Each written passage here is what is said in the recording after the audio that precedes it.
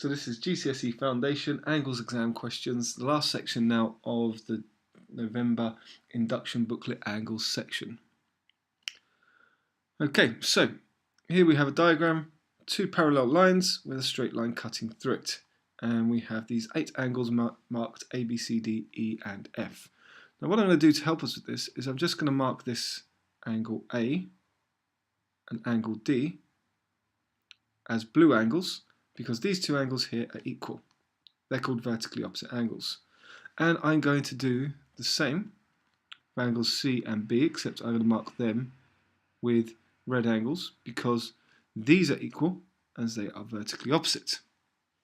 Now, the reason I've done this is because actually these pair of red angles here match up with these two down here. They correspond. So I'm going to mark these two here to indicate that they are in fact the same size. And it works the other way around as well because E and H match up to A and D. So I'm going to mark them as two angles that match up.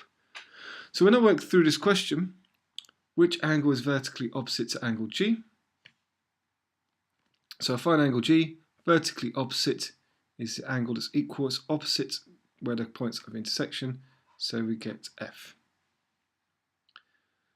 Okay, part B, it says which angle is corresponding to A. So when we say corresponding to A, we want to know which angle at the other point of the intersection matches up to the position of A. And so E matches up to the position of A, so E is corresponding to A.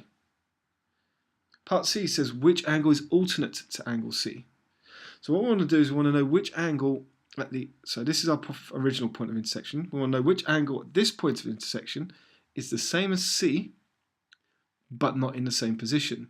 So this one here, G, would be corresponding, but F is alternate because it's in the other position.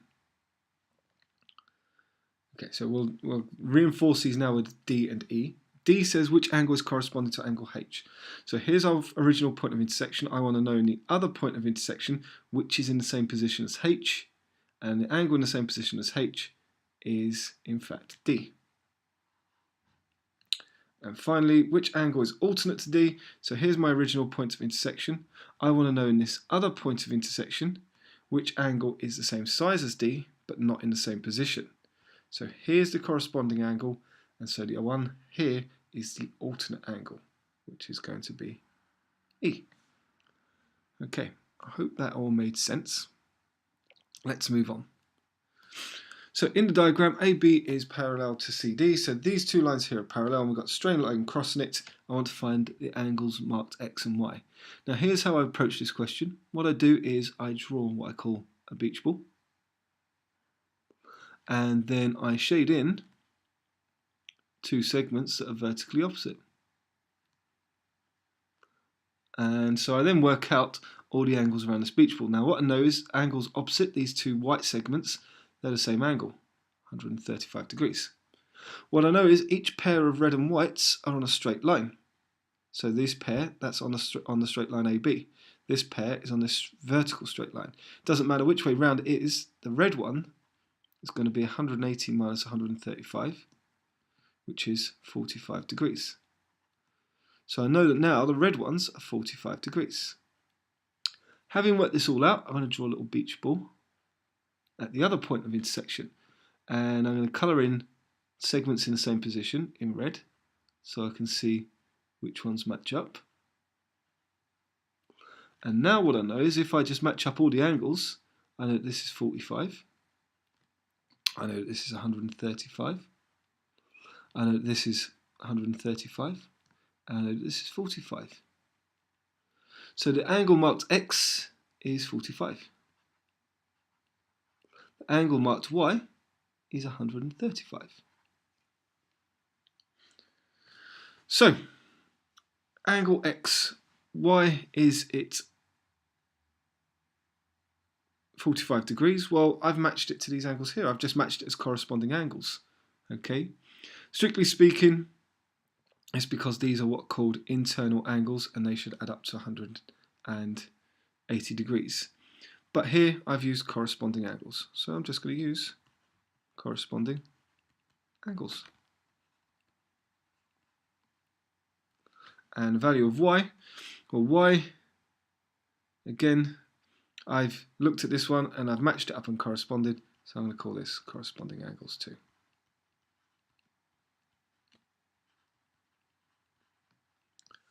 Okay, so let's look at the second question. So the next question. Okay, so it says AB is parallel to CD, work out the size of the angle marked X. Okay, so starting with this one here, I'll draw a beach ball here. I'm going to shade in some of it blue.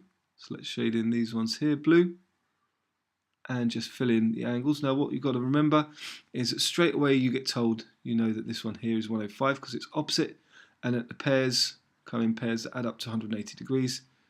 So the other one, which is unshaded, is 75.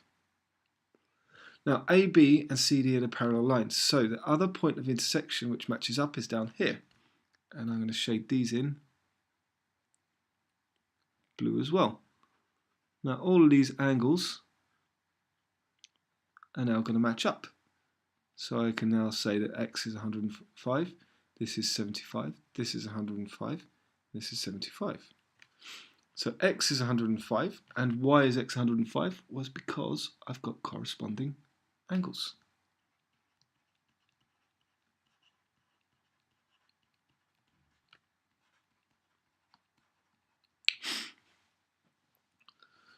Okay, so work out this angle marked size y. I'm going to do exactly the same method again. This time I'm going to use red as a shade, so I'm going to shade in these two angles here. Again, I know that this then is going to be 65, and this paired one here is 180 minus 65, which gives me 115. And then this opposite one there is 115.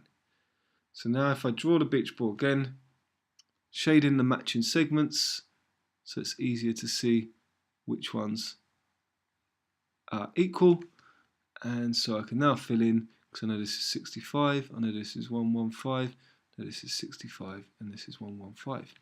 So angle Y is 115 degrees. Okay, I hope that made sense. Just a couple of questions left. Okay, so I want to work out the size of angle Y.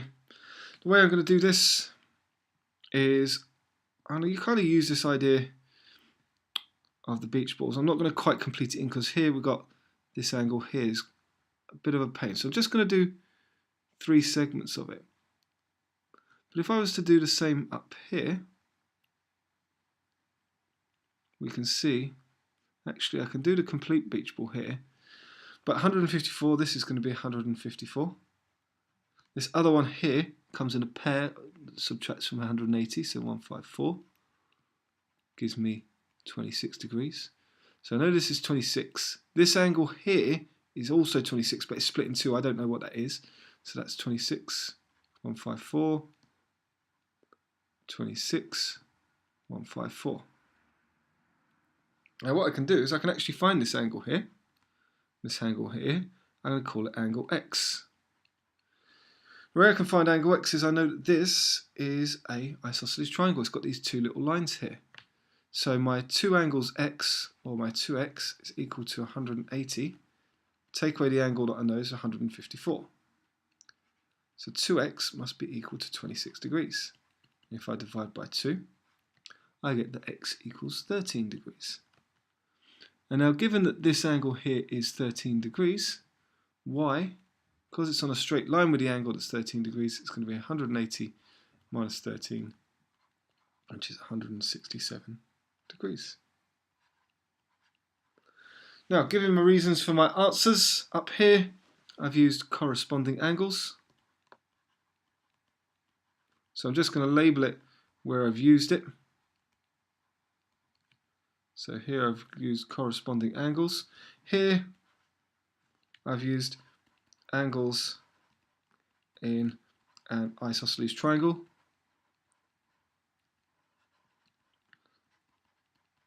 They're equal.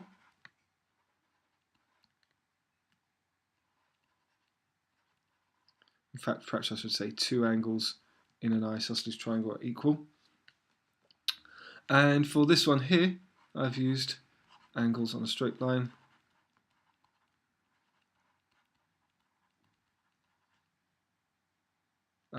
Spelling my lances wrong there, so angles on a straight line add 280.